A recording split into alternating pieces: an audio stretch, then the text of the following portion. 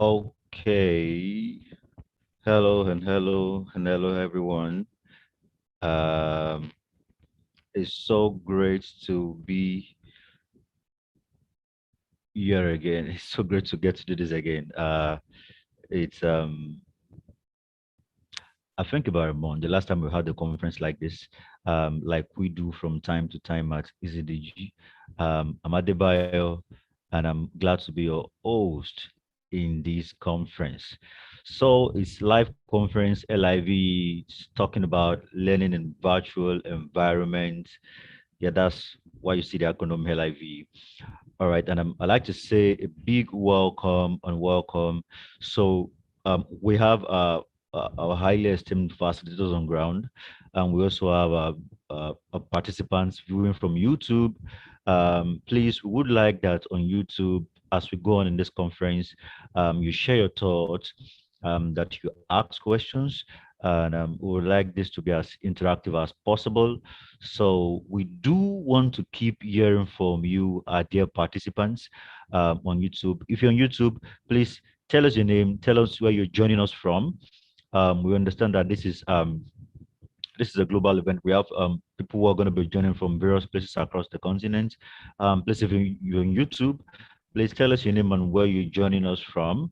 All right, we would like to hear from you. Okay, so once again, welcome to this conference. I'd like to just say a few things before we get into this. We didn't want to stay too long online. This is a Saturday and everyone should be resting and having fun. All right, but we just deem it fit again to bring up this conference because of certain needs that we have seen in our times. So we understand as a research and training-based organization on educational technology and 21st century learning system, we understand that learning has evolved. Learning has practically evolved. Education has evolved from what it used to be. There was a time where education used to be centralized. It was something that used to happen in a place. It was something that could only happen at a time. But right now, education, learning has become decentralized. All right. And because it has become decentralized, the role of the educator too has also become decentralized. So today, what we have seen is that across the globe rather, we have a lot of virtual schools that are emerging. All right, we have virtual schools where kids stay at home and then they learn. This is not just about online storing. This is about e-learning taking the stage. So we have a lot of virtual schools emerging across the globe. We have a lot of places right now in the world where kids are still staying at home and then they are actively learning. I mean, they are actively learning, having fun while learning. So that's the new order. That's what is happening right now. And no continent is left behind. Right? This is something that is fastly growing. This is something that is happening big time. Right? And because education has become decentralized and the role of the educator too has become decentralized, it's very important for teachers today in schools to understand this reality. All right, that's why we came up with this conference. We see that learning in virtual environment is going to become something that we stay, that's going to be happening even to schools. They need to create a kind of structure, a kind of digital infrastructure where their kids can learn beyond the shores of the school so they can have greater learning opportunities. So this is something that should be considered. All right. And that's what we're bringing this up. And learning in virtual environment is a different thing. It's not just like the physical thing, classroom where you just get into a physical classroom and then you see your learners face to face and you want to just get into the business and all of that. It's quite different. A lot of things are involved. And so from our research team, we have figured out a number of factors, a number of points that should be considered if you are going to teach effectively online. If you're going to be an effective virtual educator, we have spotlighted a number of points that you need to understand, a number of things that you need to really understand. All right, so that as an online tutor, you can secure your space, so that you can be preferred, so that you can be relevant, and so that you can lay hold on huge opportunities. All right. So right now, the world is just a single global village, and if you're in Nigeria, wherever you are, you can teach anyone from anywhere. That's the reality. That's what we see right now. That's happening big time. All right, and that is something that teachers and schools can also leverage on. All right. So in this event, we have 4 different companies that are into online tutoring, that we know, that we have met, that we see that they are doing something huge. All right, that will be speaking to us today and giving us various insights on what you need, whether you are a prospective online tutor or you're practicing online, to what you need to do better, to lay hold on greater opportunities and to be more effective. All right, and to secure your space as a virtual or educator and online tutor. So once again, I'd like to say a big welcome again to participants on YouTube. Please do well, do well. Want to hear from you. Share your thoughts.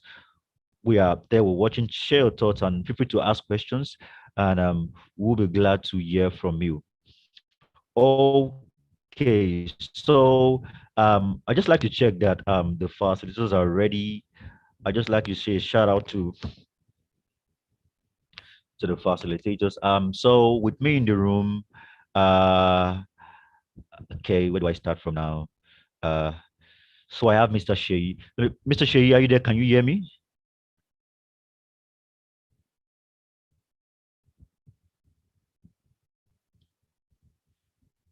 Uh, okay, okay. I guess Mr. Shea is standing by.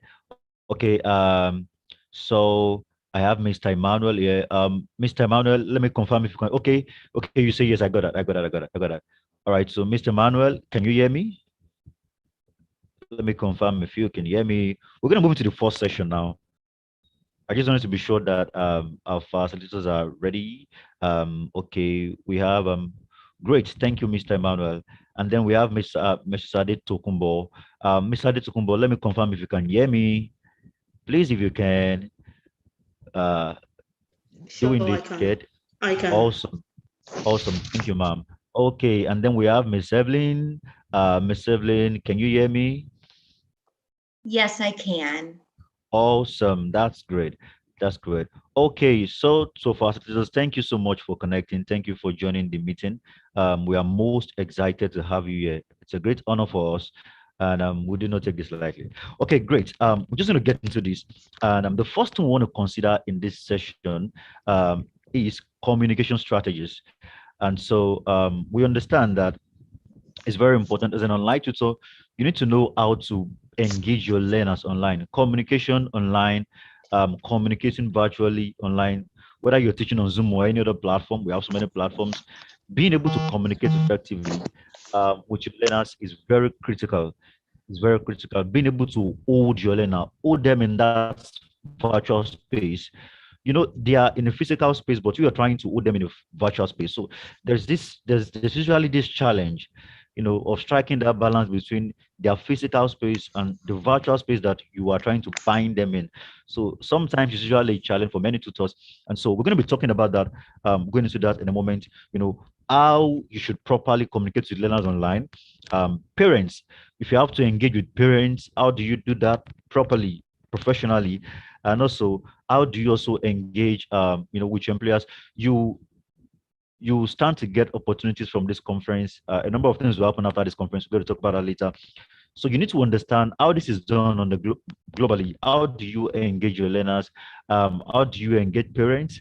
How do you engage your employees? If you're going to be an effective online tutor and maximize the space. So this afternoon, I am excited to bring on stage Ms. Adetokumbo, who is the CEO of School Life.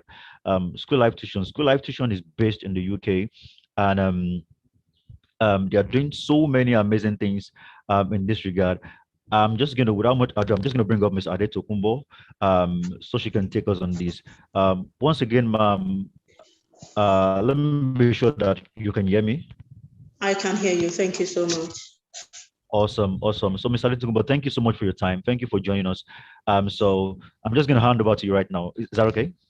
Yeah, that's fine. Thank you so much. And thank you Awesome. so much, everyone. Good afternoon to you all. My name is Dolapo Tokumbo. As Mr. Adebayos rightly said, I'm the CEO of School Live, which is a consultation firm. We deal with online tuitions. We have tutors that work with us. We are based in the UK. I'm really happy to be here, really excited to be here. Today I'm going to be speaking about communication and I will be relating it to online tuitioning, or let's say virtual learning style, which is something that it's in vogue at the moment. So all over the world, we all experienced COVID-19 couple of months back, which has really, really changed the face of learning globally. So I think as a result of this, the method in which most educators, most schools, teachers, and also businesses who are in relation with education, the method in which they deliver their learning has changed drastically, and a lot of people are now adopting a virtual style. And I'm going to be relating communication to this today. So first of all, just to say that communication, either physically, whether you're communicating physically or virtually, they are very, very similar. But there are a couple of things that need to be looked at really, really well when you're communicating virtually. But it's very, very similar. So I might be generalizing the importance of communication in learning. They are very, very similar. To start with, I will want to define the meaning of communication. So I will say that communication is the ability to communicate clearly in a way that you as an educator, you as a teacher, will achieve the results you want. Let me repeat that just to make sure that everyone is clear. Communication is the ability to communicate clearly in a way that you as an educator, you as a teacher, you as a tutor, you as a business who is delivering services in relation to education, that you will achieve the result you want. So in other words, communication is a two-way thing. So when we say communication is a two-way thing, I mean communication is an action between the educator and between the tutee or the student or the learner, so to say. So another thing that, so first of all, when delivering maybe tuition, maybe learning or anything, this is something that we need to bear in mind. So it's not just about you. You need to consider the other person that is on the receiving end, especially when you're delivering services virtually. Being a good speaker is as good as being a good listener. So I'm going to say that again. Being a good speaker is as good as being a good listener. So a lot of times we see that people can, they can clearly articulate what they want to say. They can communicate clearly. Their spoken English is very good.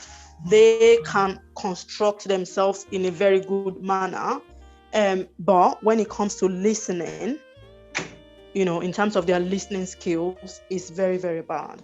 So one thing that we need to understand that when it comes to education, being a good speaker is as good as being a good listener. So listen to what your student is communicating.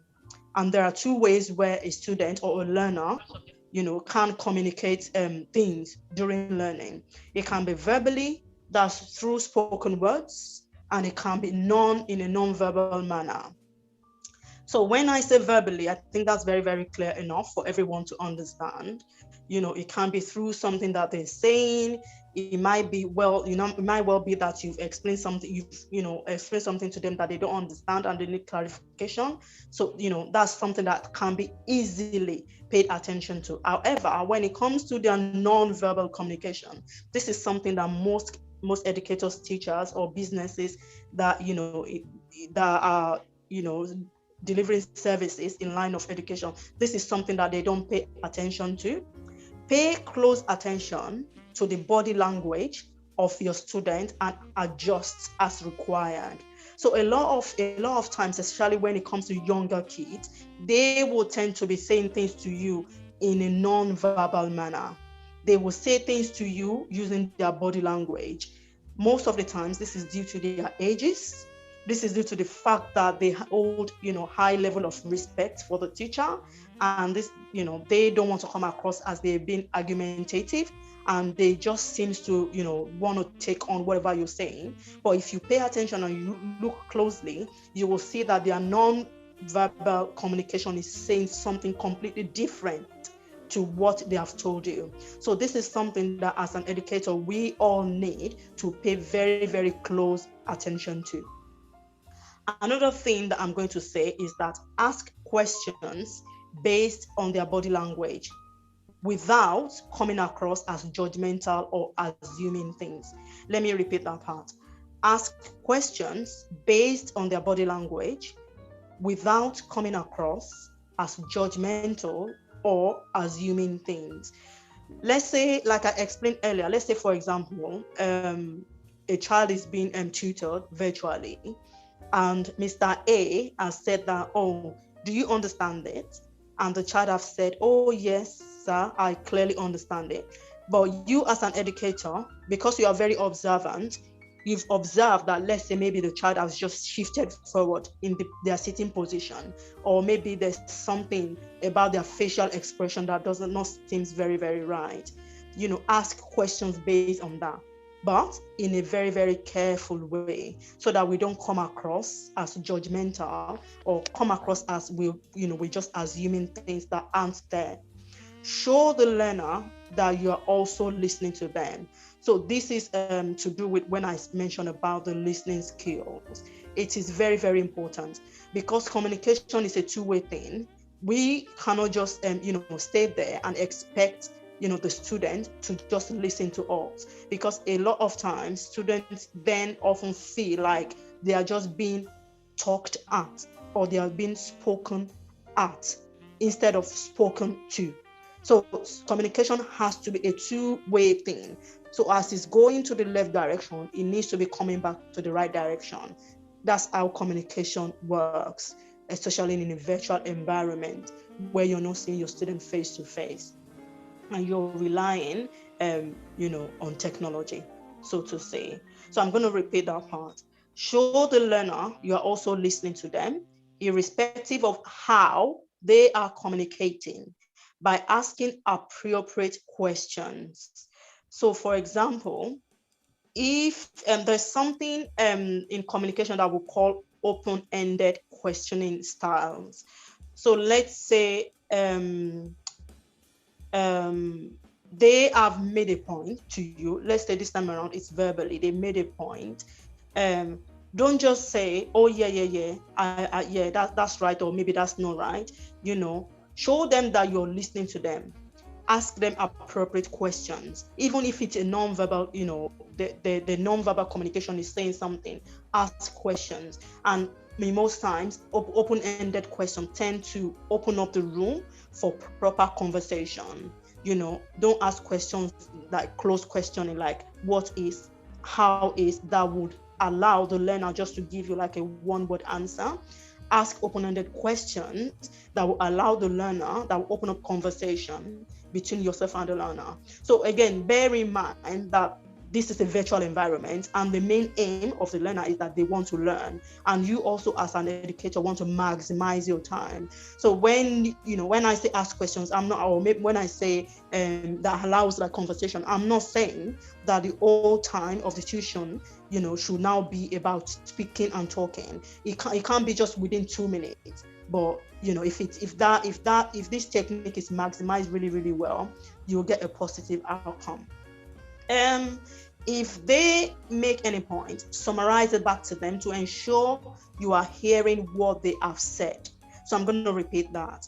If the student has made any point, summarize it back to them to ensure you are hearing what they have said. So this is another thing, another problem when it comes to communication. A lot of times even in our day-to-day lives, a lot of times people say one thing, we are hearing something else. So this is not about whether we've got hearing problem or anything like that. It's just the interpretation of things, interpretation of words. So a good way to communicate effectively will be to summarize, what you think you've heard, and check with the person that that's actually what they've said. Let's say we've got a student called Maria, and Maria, as is in a tuition. She has made a point about the learning, and you as a tutor, you've heard this. It's a good practice, not all the time, again, to maximize the time that you have, to just summarize. Oh, Maria, are you trying to say that x plus x is so and so? Is that what you're trying to say? Just to summarize, or something like, oh, so you're saying that so and so, and then she can then say that, oh yes. Or then if you have heard something different from what she has said, then she can say, oh no, that's not what I'm trying to say, this is what I mean. Only because a virtual learning can be very, very challenging and difficult, although the communication technique remain the same, whether virtually or teaching physically. But virtual learning can be very, very challenging in terms of technology. Sometimes we've got background noises and things like that. So it's a good practice to constantly check that you're hearing what the student have said, just so that you have a positive outcome during tuitioning, so to say. Sometimes I've also said, sometimes the student communicates something, but the teacher interprets it to mean something else. So that's just basically the things that I've explained earlier. Another thing that I've said is that pay attention to noise. So now, when I say noise, I'm not speaking about the normal noise that we know, like noises of things and that. So when I say noise, I don't necessarily mean the usual noise that we hear. Anything that disrupts a clear communication between the teacher and the learner can be classified as noise. For example, a picture in the background might distract the learner, especially if they are young. So let me read that part again. Anything that disrupts a clear communication between yourself and the learner can be classified as noise. For example, a picture in the background might distract the learner, especially if they are young. So this is something that we need to bear in mind, especially in a virtual environment. We need to bear in mind things that can cause distraction, things that can make the mind of the learner just wander off. They might not tell you this, it might show in their nonverbal communication, it might not, but it can, cause a lot of disruption during learning. So another things that I want to talk about, is being concise. While tutoring or teaching, whilst it involves speaking with the tutee or the student or the learner throughout, more talking does not equate good communication. It is important that you communicate with the student or the parent in a clear and concise manner to ensure that the information you're passing across is well understood. A number of times, teachers or educators tend to speak a lot, leaving the learner or the student confused. Although it is important to create rapport, this is another point, to create rapport with the student, going straight to what the message you're trying to pass across is about is very, very important. What does the learner need to know in that moment in time? If your communication is too long without being practical about it, you might lose the learner's attention. I think that's then clear enough. I'm being mindful of time now. And then the second to the last thing that I want to actually I still have two more points after this, is empathy. It is important to understand how the learner is receiving your message. Good communication involves being warm, friendly, but maintaining professional boundaries and showing respect to students and their families. So I'm going to read that again because it is very, very crucial. It is important to understand how the learner is receiving your message. Good communication involves being warm, friendly, but maintaining professional boundaries and showing respect to students and their families, right? And then another point is be approachable. I, for one, as a business owner, one thing I've always ensured is that my tutors are free to approach me anytime. I think, a lot of times, sometimes, things can get into one's head, and then you begin to feel like, oh, you've arrived. It is important that as an educator, as a tutor, as a business owner, you are approachable to ensure that people can approach you, they can voice out their concerns if they have one, and then it just enable you to have a positive outcome. And then the last thing that I'm going to mention is to give encouraging feedback as the student progresses, just so it's not just about you dishing out all the time. Let the student also understand that they are doing really, really well. And that's me done. Thank you so much for having me. Awesome, awesome, awesome. Thank you so much, ma'am. Wow, that was very huge. That was golden. I mean, so much. I just kept on typing and typing and typing that. That was a lot. Thank you so much, ma'am, My pleasure. for sharing these practical insights with us. This is really a good place to start this conference, talking about communication, because I believe that's the foundation. And Mr. Adetukumba has really dealt with this seriously. Every point you raised speaks to practically what is really happening online and how to really engage and really hold learners virtually. Thank you so much for sharing all of this with us. We are so grateful. Okay, so I'm trying to check out for questions now. Um, but in the meantime, while there are no questions, I'd like to reiterate a particular point that really struck me deeply. Um, Amongst the points you mentioned, you mentioned that as a tutor online, you have to always show your learners that you are listening to them by further asking an appropriate question. You have to always show them that you listen to them. So when a learner feels like, yes, I have someone with me right here who is paying attention to me, who is going to give me time, who is really ready to listen to me, and not just ready to. Sometimes I see that teachers are anxious, like get into the class, I want to just quickly deliver and just do this thing, and not really paying attention to what the learner really needs. Just like someone visiting the hospital, for treatment, and then there has to be the doctor has to, after even doing the test, ask questions like, how do you feel? Is there anything? Trying to get some details and ensure that that patient gets the right attention. Thank you so much once again, Mr. Adetukumba. I understand that you are really very busy and need to really jump off the meeting. Thank you so much for your time. We are so excited. Thank you so much. Thanks for having me. Yeah. Bye. Yes, ma'am. Yeah, so this is a good place to start this conference. For everyone watching on YouTube, please feel free to share your thoughts. Feel free to ask your questions on the first presentation. So much has been said, and I believe already you're relating this to your practice, and you're thinking about how to be more effective, all right, and how to secure your space as an online educator. So quickly, we're going to jump into the next session. Great. We're going to jump into the next session right now, where we'll be looking at technology. We're going to be considering technology right now as a crucial part of what is needed to create a successful online tutoring experience.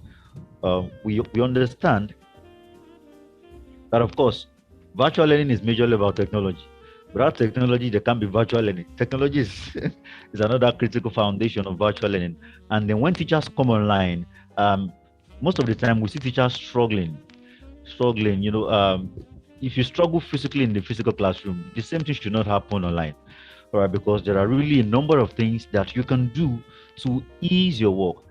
I tell teachers when we visit schools and we're doing none of that, I tell them, do not do what technology can do. All right, if technology can do what you are doing, then stop doing it.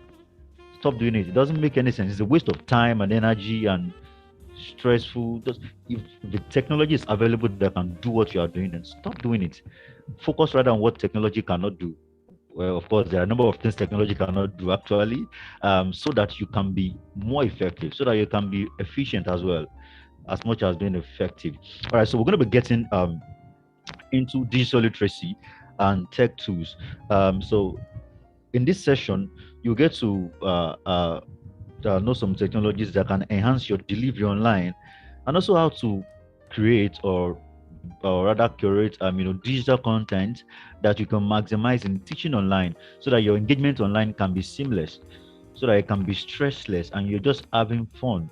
All right, I mean, teaching online is just switch. There's no stress. It's just get online. Everything is set, materials are ready, and you have the right to engage in every session, and everything is just smooth and happening, you know, as expected. So I'm going to be bringing up Mr. Sheyi Adilaju. Mr. Sheyi Adilaju is the head of growth from Gradely. Gradely.ng is Nigeria's top adaptive learning platform.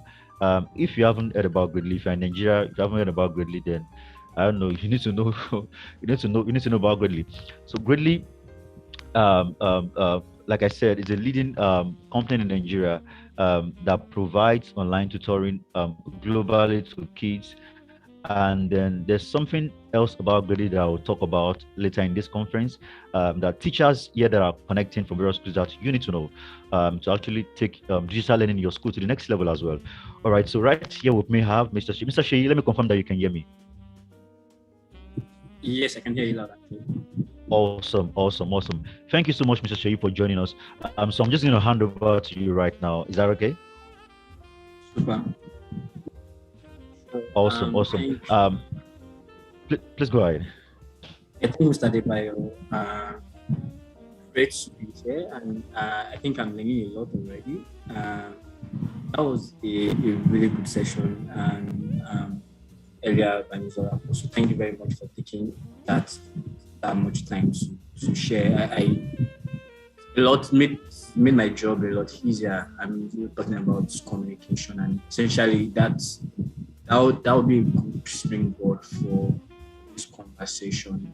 I want to especially appreciate every other person out there and this panel. I thank you for what you are doing for this space. One of the things that motivates me personally, education space, is how much mission-minded people in education are. So yeah, there is the business angle of it, but usually most educators take this thing more than something that helps you become rich, but more like a mission, and we just tell passion what is communicated. I respect what you are doing, and it takes a lot to do that, and I value educationists everywhere. Thanks, teachers, everyone. When I was asked to speak about tools, I was like, here we go again. There are hundreds of thousands of tools out there, and it's true that maybe in several cases, teachers don't know that these tools exist and don't even know how to adapt them to the classroom. So yes, there is a challenge of I don't know that there is a tool that can do this, and then there is also a challenge of I know there's a tool out there, I don't just know how to fit it into my regular teaching experience. And I think that the best way to think about it is just remember bulk of the points that was shared earlier about communication, paying attention to feedback, paying attention to how your learners are responding to what you're discussing. I think that those are the springboard for discussing digital tools. So I'm going to speak for a while about digital literacy and some tools to just help teachers create a better learning experience in the classroom. When I say in the classroom, I don't necessarily mean in regular 9-to-5 school, but whenever a teaching and session is going on. If you think about, essentially, when we mention digital literacy every now and then, it's essentially the skills you need to live, learn, and work in an environment where communication is, or information distribution is primarily digital. So in a world of internet platforms, in a world of social media, in a world of mobile devices, what skills do you need to be able to live, to be able to learn, to be able to work in that type of environment. Those skills are usually what we refer to as and when we think about it's in education space, so pedagogically, the key skills you need to. So I'll speak in terms of skills, and then I'll touch on the tools that help you achieve that.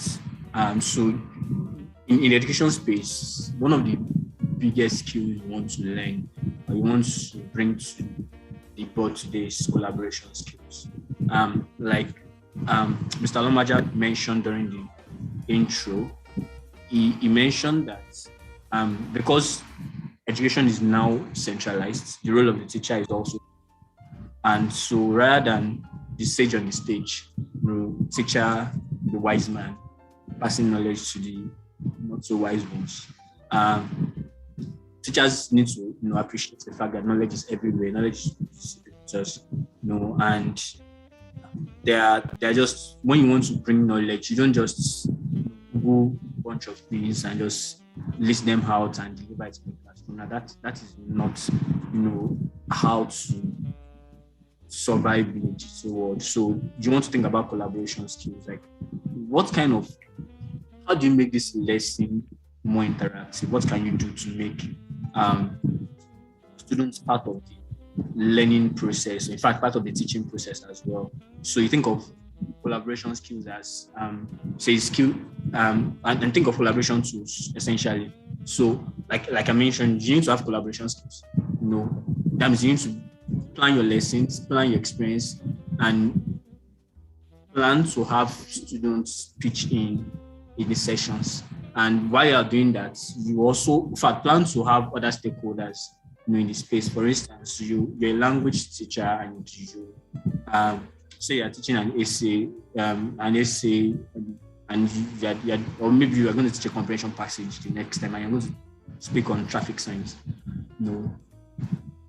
What if you can get a road safety official to be part of your classroom? What if you can get somebody joining your class virtually and say we arrest 5 persons because it's the most common offenses that people break? Those things stick more. Those experiences stick more. So you don't think about how to collaborate with your students, collaborate with other teachers, collaborate with other instructors, in fact, collaborate with their parents.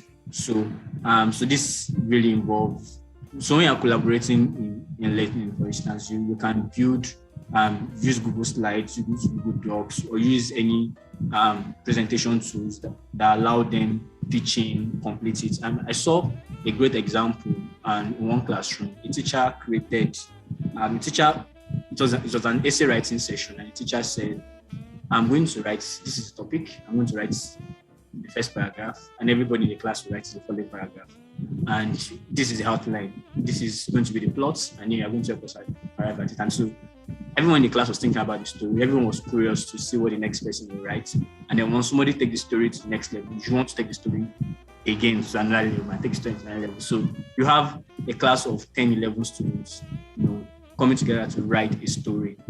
So there are tools, for instance, as simple as Google Doc. I don't know what to use in your school. I mean, and I'm curious not to just rubber stamp tools. You probably have tools that you are using already, but the most important thing is how much of these tools can you use to drive collaboration within your students, to drive collaboration even with other stakeholders. You can have students do research work that will literally have their parents pitching on certain things. You can, for instance, at Gradely, we send learning analytics to parents every time students makes progress in their learning. So if a student struggles or student makes progress, we automate report and let the parents know that your child is struggling with this topic, your child is struggling with that. These are the suggested interventions. These are the learning areas that your child seems to be struggling with. Now, parents get this in real time. So parents then have enough. So the parents know exactly what the teacher should be focusing on. The teacher knows exactly what the student should be focusing on. So that level of collaboration is valuable in today's digital world. Another skill I'll mention is creativity. I know, of course, we will not get all of the time to talk to us, so I'll just again, we need to go beyond preparing lesson plan and just presenting, and just having students chalk down or chalk, just have the board full of whatever information is going to pass across. Learning is way more than that, right? So and when we talk about creativity, we tend to think of it as something that is exclusive to artists, people that can draw, people that can paint, and no, it's basically just how do you solve problems differently, and how would you solve this problem differently from how everyone has been solving it. Creativity can basically mean you just refusing to teach this lesson same way you taught it the last year, and looking at it again and say, what can I do differently? What has happened? And what tools can I use to drive creativity? I mean, creativity, you could also think about tools that allow your students express themselves. For instance, you could, rather than give your student lesson plan, give them a guide and make them come up with their own lesson plans. What you're going to see, and then share that lesson plan with everybody in the class. What you're going to see eventually is that students will interpret what you've told them, had their previous knowledge, or demonstrate their previous knowledge gaps, and then come together and say exactly, how students can teach in a completely different way. So, I mean, you can have some students facilitate some part of the class, teach some part, and you just facilitate it. So you can think of tools that just allow students to develop things, and then you review, or allow students to practice project-based learning, for instance, and come up with things. Just close to that is also critical thinking. Essentially, being able to evaluate information, and identify patterns and connection, and even construct meaningful knowledge in the real world. One of the most valuable skills to have today is, in addition to digital literacy, information literacy. In the world of fake news, heavy advertisement and PR, and just people being able to sway students one way or the other. As a teacher, you want your classroom to be a safe haven where students are protected from falsehood, protected from just what PR want them to believe. So you want to teach your students to think critically about things. One of the ways to do that is to make it possible for them to challenge everything, including your own thinking. So you don't just say according to this. Rather, tell them to research who did this and why and when, and don't just pass on, when previous speaker was speaking, mentioned how to listen to students without judging them, right?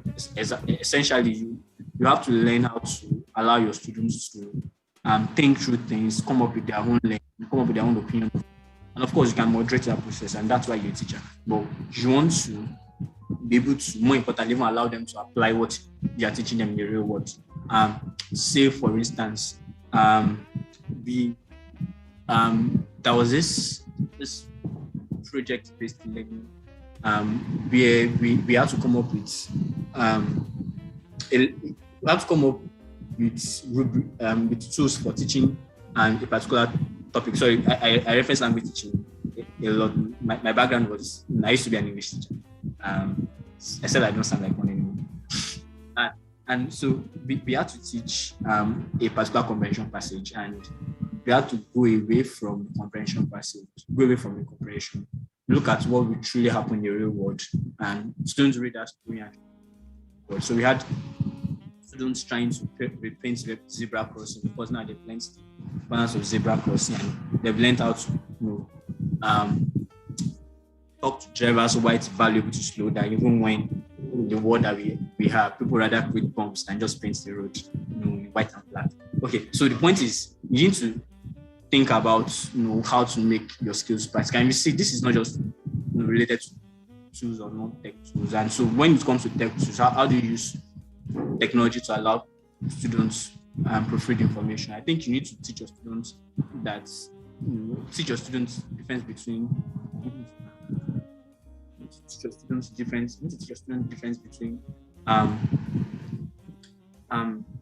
picking information just from any blog. You need to teach them how to vet sources, how to know that this sources is more. This source is a more, is a higher authority than this other source. I mean, I remember in those days when we have an assignment, we just duplicate Wikipedia. I'll just go to Wikipedia. I got it from Wikipedia. It's a whole Wikipedia, and then we have to learn. Well, anybody can contribute to Wikipedia, as a matter of fact. And you need to go beyond just picking knowledge from one source to the other. So you need to teach your students how to evaluate sources when they research. And how do you do this? Let them show references, show sources that they could show authority, find out why this person is maybe not the right person to speak about this, and also show your own sources. How did you gather the information you're teaching them in the class? If they want to learn more, where should they go? I mean, that's why we think in grade again we allow teachers share lesson plan, and this is valuable because a good lesson plan should also include references. Students should be able to not just see what you've taught them, but see what you consulted to come up with what you've taught them. I know I'm running out of time, so I'll probably just touch on one more skill. And I was going to touch on communication, but a lot has been said on communication. And I'll just wrap up on some key tools you should use in your classroom. In addition to all of the skills that we discussed earlier, first are really two important tools we believe that every teacher should know how to use very assessment tools. Being able to interpret learning analytics and being able to provide remedial instructions. And what does it mean? When it comes to assessment, you don't just give homework assignments for the sake of assignments. You give students, you test students' knowledge so that you can intervene in their knowledge gaps. So, for instance, we built an assessment tool that allows teachers to test students' knowledge before the session, test student knowledge after the teaching session, see what they've learned, what they've struggled at, see patterns in students' responses that identify, where they seem to be struggling, and then teachers then know how to interpret analytics. So it's one thing to show you analytics of your class and show you that 60% are struggling with algebra, but you need to learn how to read that to then know that why are they struggling with algebra? Maybe there is a topic prior to this that they did not grasp well. So you need to be able to identify patterns in knowledge. So for whatever assessment tool that you use today, learn how to interpret the analytics, or you insist on using tools that show analytics, really show learning analytics. Google Classroom does some charts as well.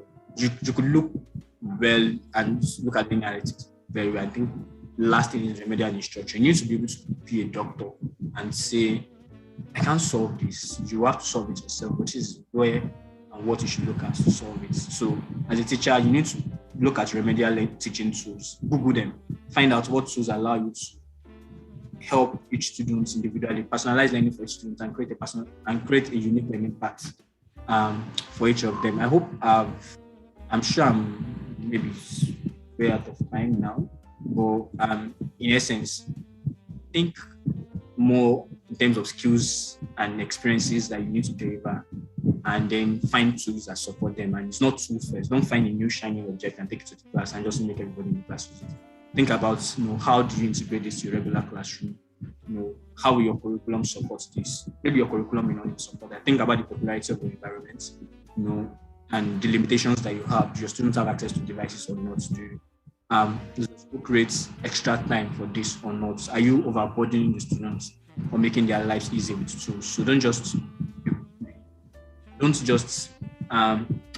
rather than being enthusiastic about tools, be enthusiastic about the experience you want to create, and then you can find the tools that support them. I hope you've been able to get one or two things from this. Thank you. Awesome. Thank you so much, Mr. Sheyi. Thank you so much for that. Yeah, so let me quickly reiterate a number of points you mentioned. Yes, the skills. Well, this is not the conference for I don't want to really barge into the skill thing. I don't want to really get talking about it, but the moment you mention skills, you trigger that part, and I'm tempted to start talking about it, but I'll try not to talk about it. But sincerely, as we see, that's the utmost thing. So we want to talk about skills. I belong to a school of thought that says that the subjects the maths, English, chemistry, physics, that those are not the subjects. Those are just subject pathways. And then the subjects are really the skills. That's the school of thought that I belong to. We see the skills as a subject, and then we see math, English, physics, chemistry as the pathways to the subject, which are really the skills, because this is the fourth industrial revolution. And it's about the skills that you have. It's about the skills. So at the end of the learning experience, we're asking questions. What are the skills that this learner has harnessed? It's not about being able to do math. We've seen people that did maths, science well in school, and then when they get out of school, they tend to be useless because there wasn't really that connection of really going beyond the subjects, or rather using the maths and the likes to really break into the realm of helping the learners to harness skills that are needed in real life, in reality. So thank you so much, Mr. Shea, for bringing this up. And then when we think about the skills, which technologies can we use to make this happen?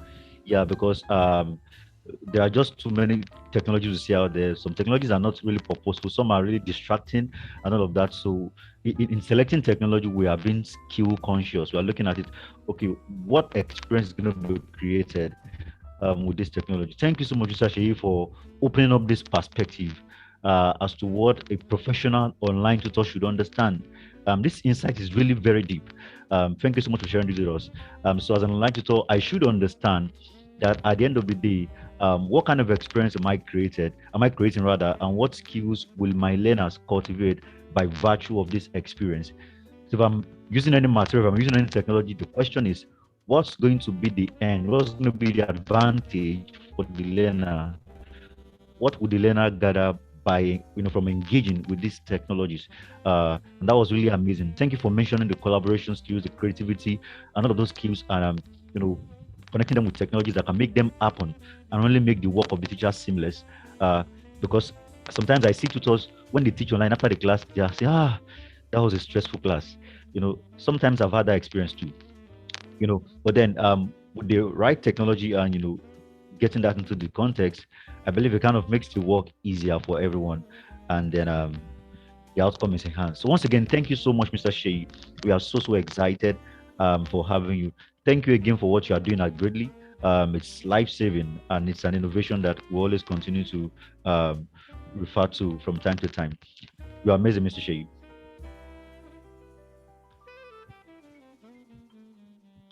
All right, so we're going to jump into the talk session right now. So I have Miss Evelyn in the room.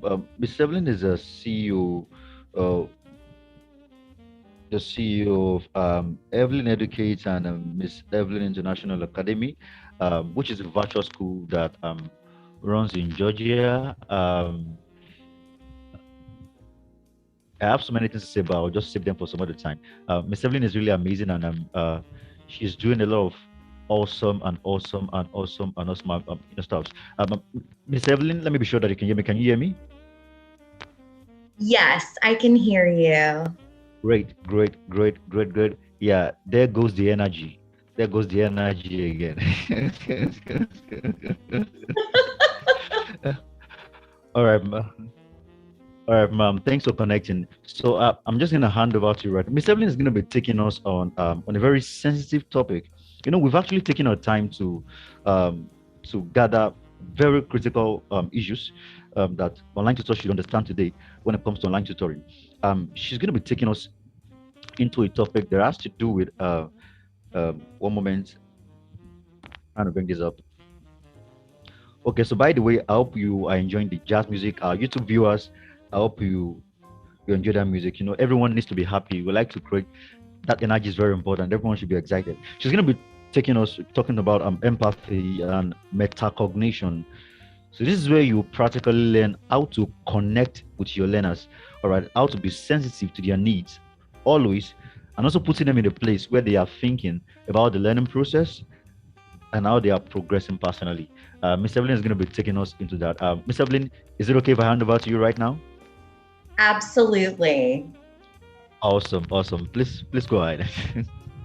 All right, let's get started. Hello from Georgia in the United States. What a blessing and what an honor to be able to speak to you today.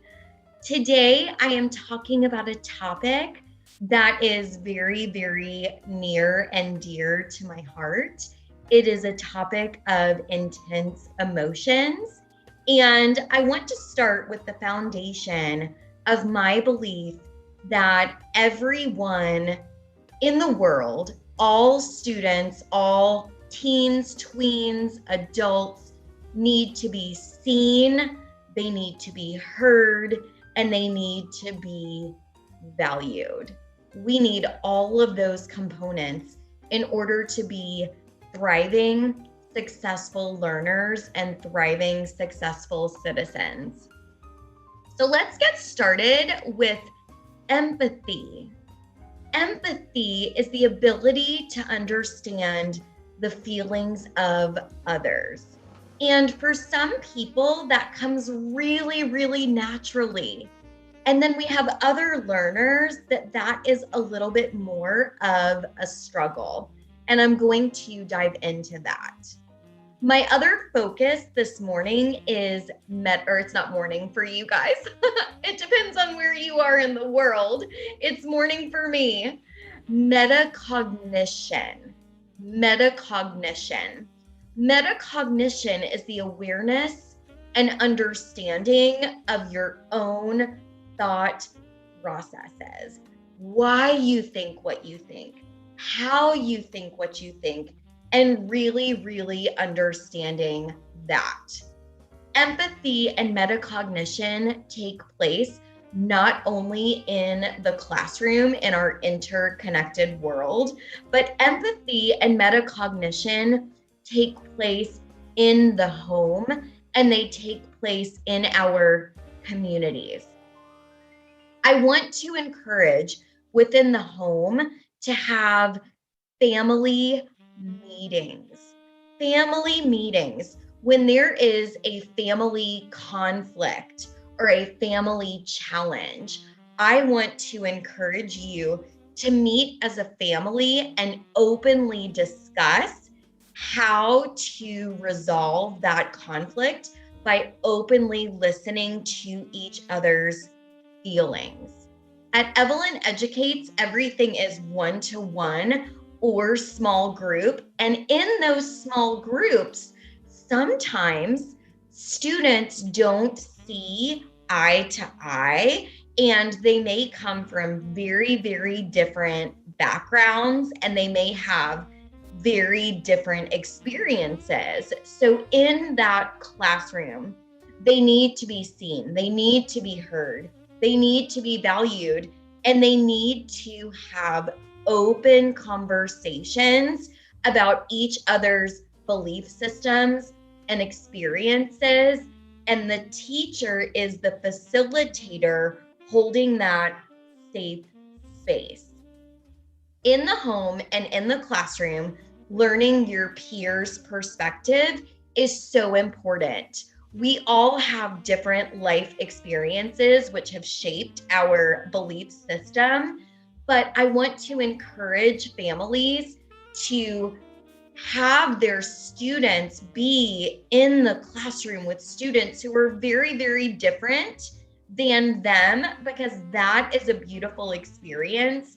And that is how you learn to not only empathize and not only understand why you think what you think, but it creates beautiful, harmonious connections. So family meetings, school meetings, learning peers' perspective. I also want reflection to be something that I talk about today. Reflection. Why do I feel what I feel? Why do I feel what I feel? Are these feelings helpful, or are these feelings harmful? These are very, very important things to reflect upon. And with a teacher mentor, I believe that teachers are not simply here to teach the content. I believe a teacher should be a teacher mentor. And why do I think what I think as a learner? Is it helpful? Is it harmful?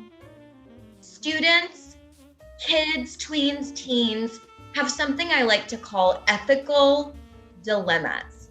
ethical dilemmas.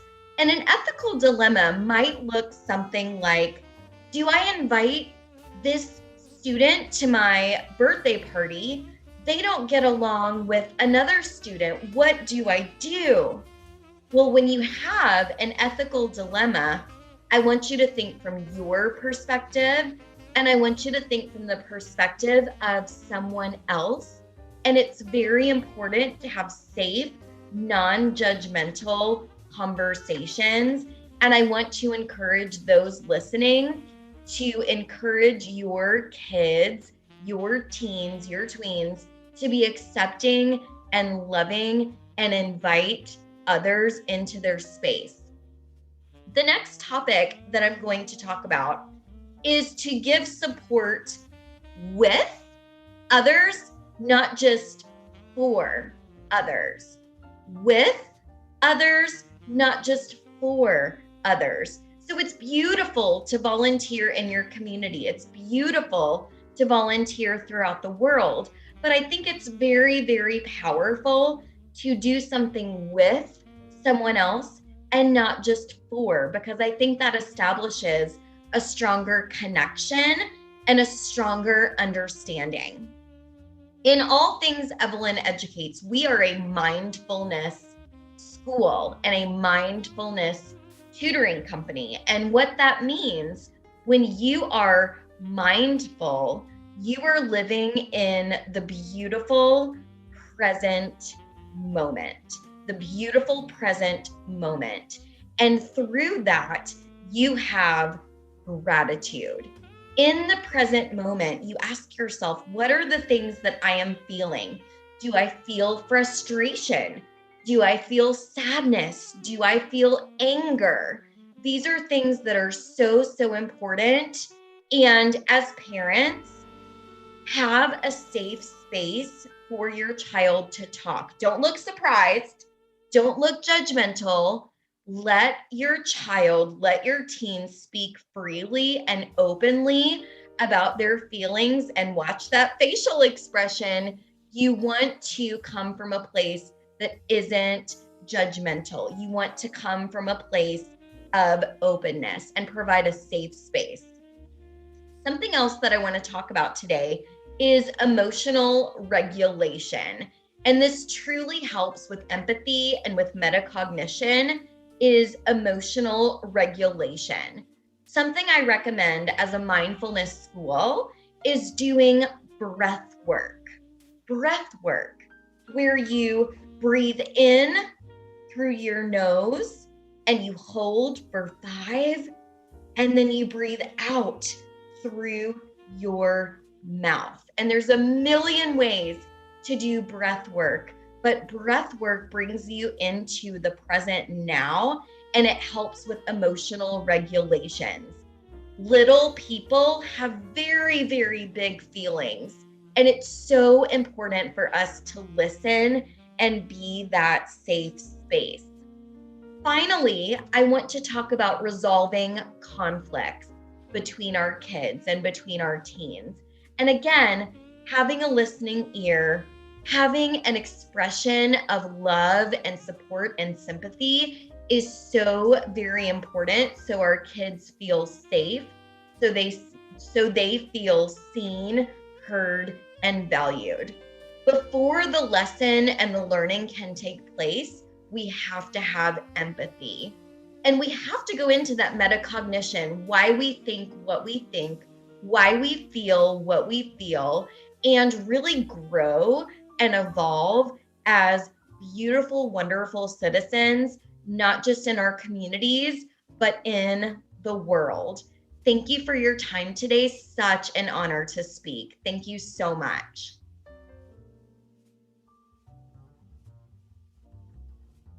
Wow, Miss Evelyn.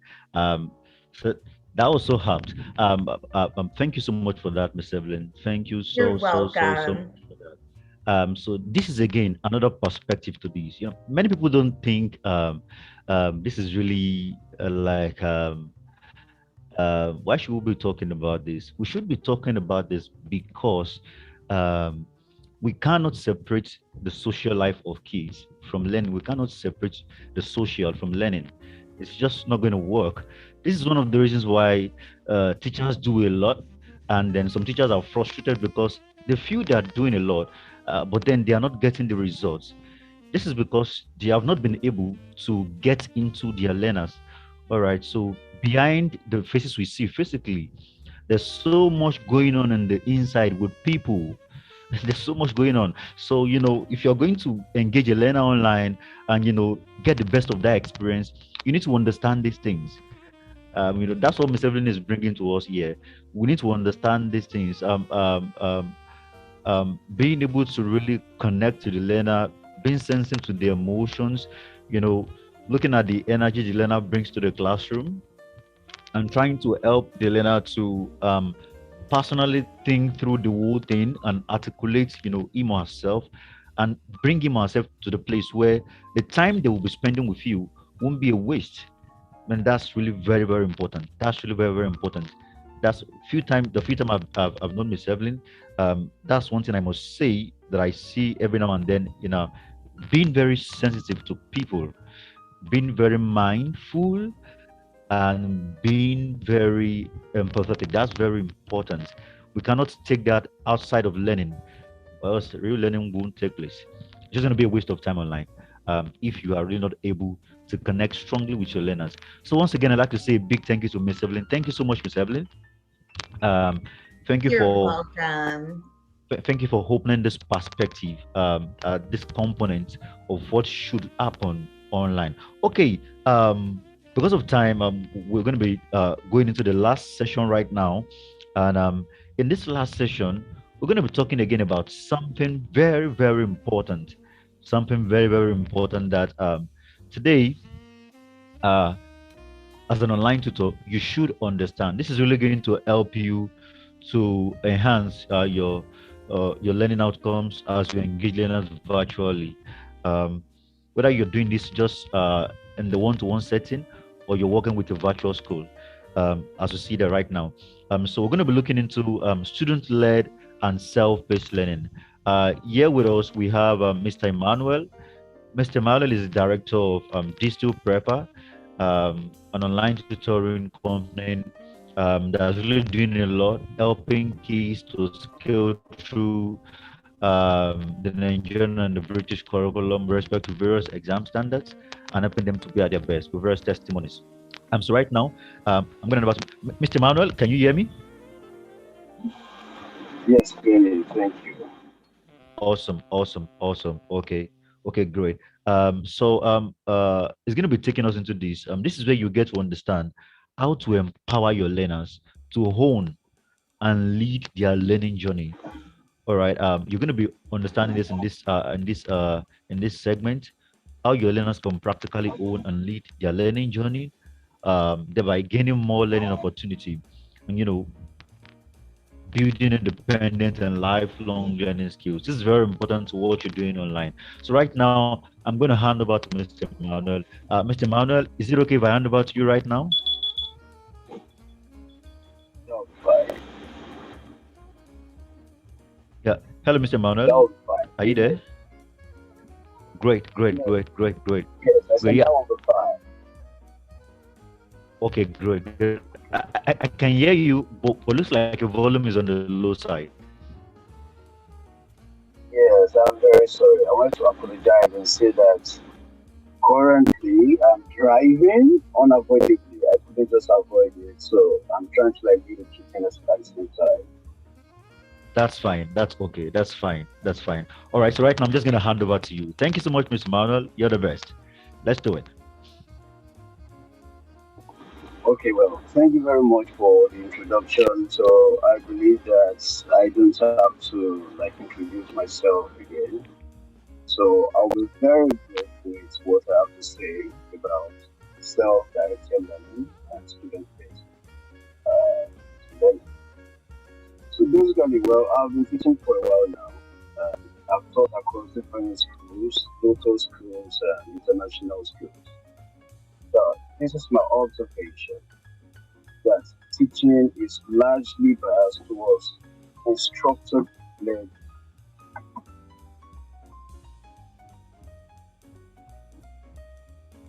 Hello. Hello. Yeah, I can hear you. Please go ahead. Hello. Yeah, I can hear you. Please go ahead. Yeah. So I said I have an observation. So I said I have an observation, and my observation is that most of the instruction that is done in classes tend towards the teachers, and that is actually the major error that we experience in the education sector. So this is my stand because I've been saying this for some time now, and uh, to some people it seems very very weird, and that is allowing flexibility when it comes to teaching and learning. And what I mean by that is allowing students to decide how they want to learn. That is very, very important because these are the people who have the problem and they know what exactly they need to fix their own problem. To learn, they know exactly. I have a situation of a student who always wants me to come and meet her at her seat and explain the concepts to her. After explaining to her, she will get it perfectly well. But while explaining to the class, I understand that until I do to meet her. And that's a big problem. That is reflective of the faulty ways in which we administer instructions in classes. Are you with me? Very well. Okay. So now, well, these are my suppositions and these are my beliefs, and I think that if we're able to work towards allowing students to decide how they want to learn, that is going to transform the educational sector and also help students to improve their performances. Now, what I am supposing, what I'm advising, what I am looking forward to is creating a structure that allows students to decide what they want to learn. Now, some people said that that is going to make students very lazy. What about students who are not really independent?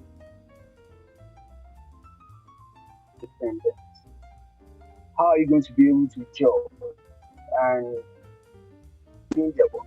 And that is where responsibility, how to be responsible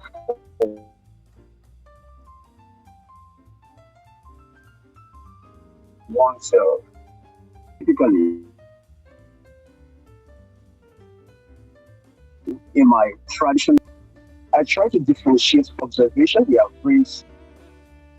The first set are those people who, before you spit out the concept at all, these students will get everything you have to say. The second set are those people who you have to teach extensively, relatively, and let me say moderately, and they will get the material, they will get the concept. And the last set of students are those people who want you to come and meet with them and explain to them.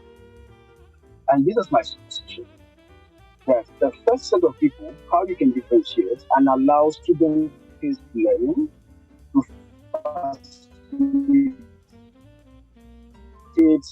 improvement. You can assign a task, and I mean the task, questions that would provoke learning. When you administer the task, give them the materials they need to learn to work on the task. These students will be able to do everything, all the tasks, based on the learning materials. It could be videos, it could be any of the learning resources that you have available to you. Fortunately, where I work presently, we do that kind of system. We have everything from softwares, online resources to everything. So there's a way we do that. And I'm just like trying to bring out some part of what we do and our practice that we institute into our lessons.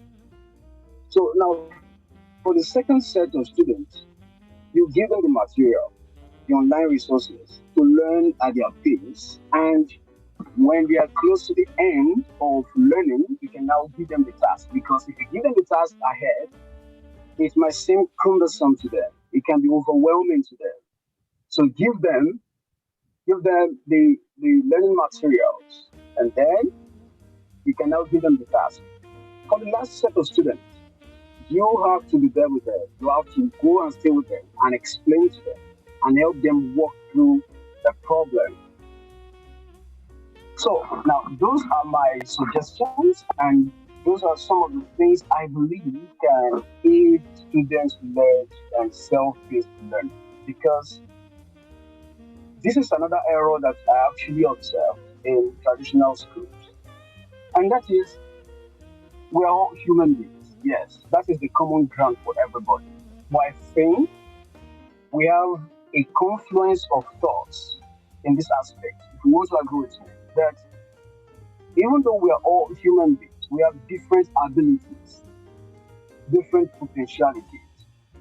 And what that means is that we have different learning abilities.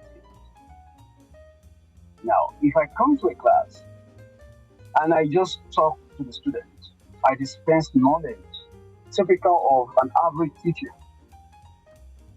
And at the end of the lesson, I give some work for them to do. I give some work to them to do. And I expect them to perform up to the same extent. That is a big error, and that is actually, should I call it victimization? Should I call it being biased? Should I call it, I feel it's not an even ground. And that is what we actually have to look into, that it is not proper that we administer tasks, work, questions, examinations to students because we have taught them all at the same pace. That is wrong, and that is why I'm actually very interested in this topic. And I want to say special thanks to you for bringing this up. This is actually a very, very important part, pivotal topic that we actually have to address. I believe that policymakers in education should see to this because this is a very big error. And quite fortunately, in this part of the world, we have some set of schools and some institutions, some online learning platforms who are actually doing that, trying to differentiate, trying to break into like compartmentalization, bringing students together in groups based on their learning ability. And that is my suggestion. That is my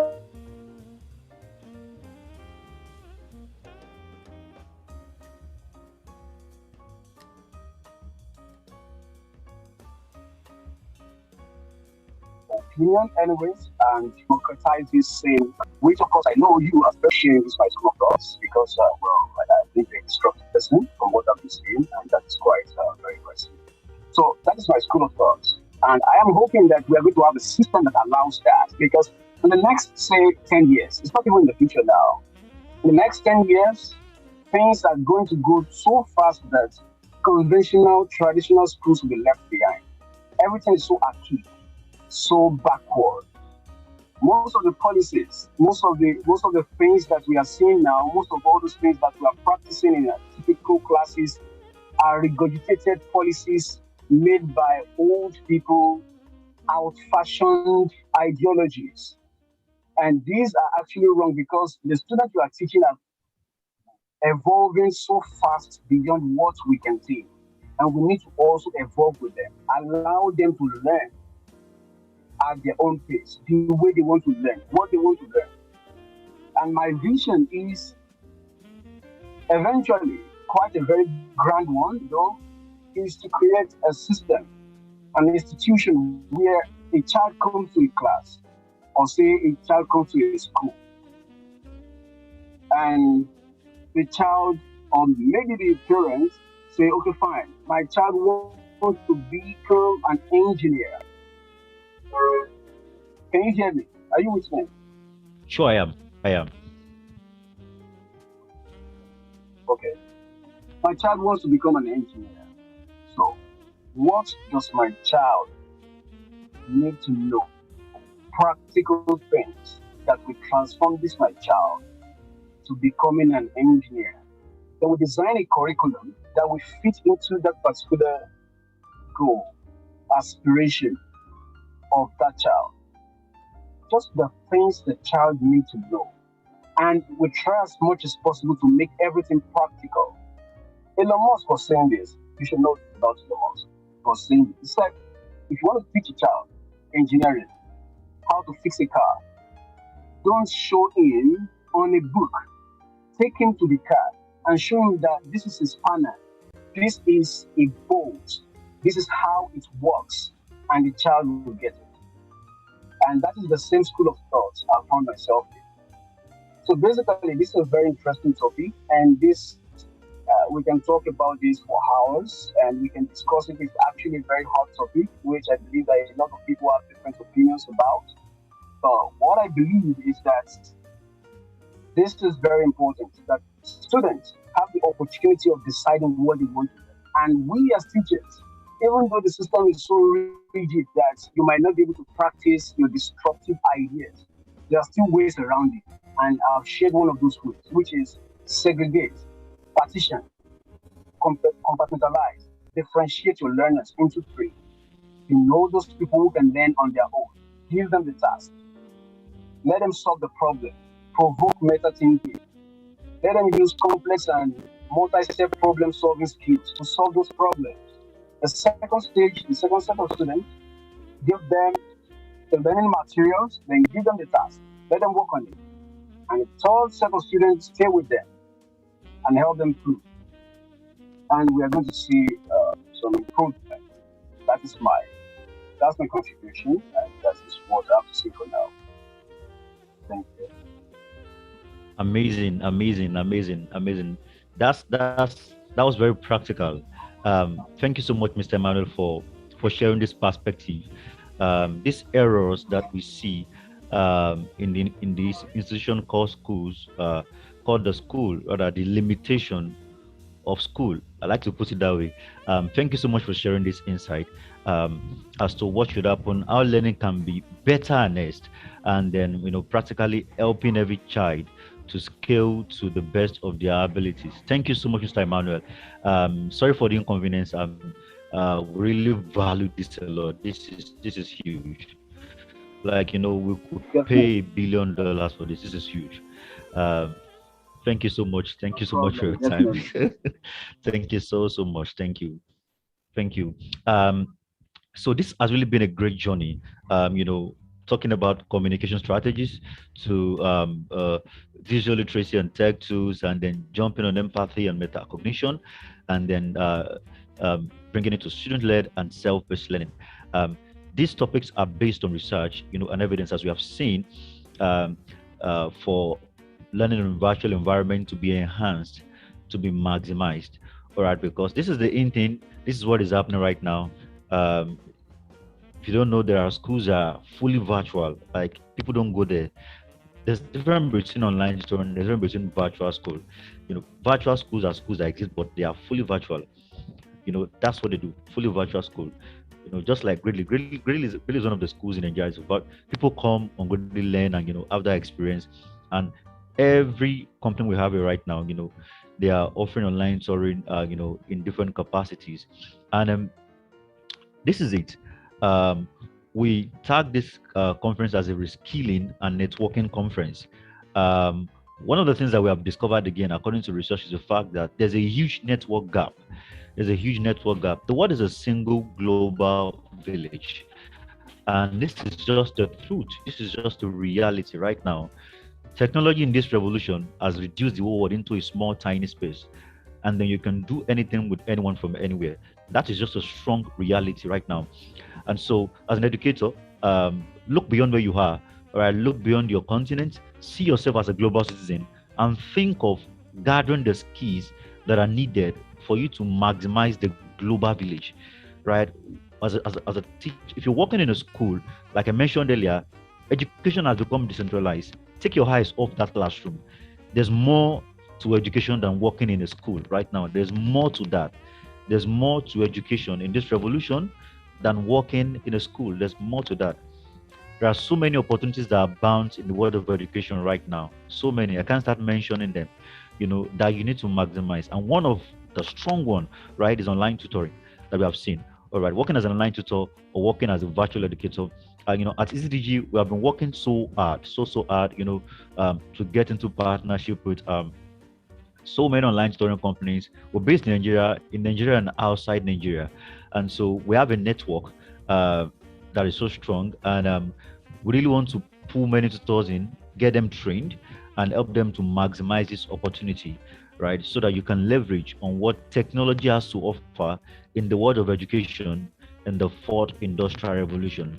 So even after this conference, we're going to be having subsequent trainings, workshops that's really going to practically.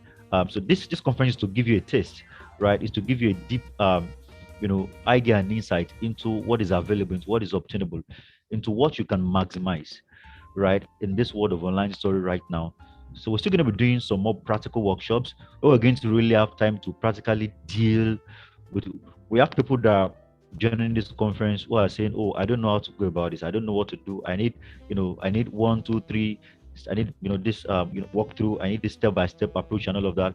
And we're still going to make that happen. We're going to make that happen very soon. And organizing a workshop to help you practically understand how to engage, how to maximize online tutoring um, on the global scale, how to maximize opportunities that are available for you. So at this moment, I'd like to say a big thank you to all of our facilitators. Thank you so much, Mr. Adetukumbo. Thank you so much, Mr. Sheyi. Thank you so much, Mr. Evelyn, and thank you so much, Mr. Emmanuel, for sharing this practical, this so much valuable and practical insight into what online tutors need to know today to maximize their space and to also get connected to more and more opportunities. So this is where we end the conference for today. This event is live on YouTube. If you missed it, you can watch the recording again and again and spend some time to really reflect on the things we have discussed here. I can tell you for free that if you were to pay for this conference, I mean, you will pay it for it. The insights that we have spend some time to think about this and then bring them into yourself and see how you can readjust and then also get connected. After this conference, let's connect. EAZY-DIGI, we're on LinkedIn, we're on Facebook, we're on Instagram. Let's connect and then let's discuss and let's see how together we can help you maximize online tutoring as it appears to be a leading, business even across the group right now. All right, so thank you so much for our YouTube viewers. Please feel free to again share your thoughts, to ask questions on YouTube. We'll be there to respond to your questions. We have made this asynchronous, so while you watch, please ask your questions and we'll be right there on YouTube to respond to all of your questions. Let's connect, and I want to say enjoy the rest of the Saturday from wherever you're viewing and connecting to us. And this is where we'll call it a day for the conference. Thank you so much once again. Thank you for your time. Thank you for joining us, and goodbye and goodbye and goodbye for now.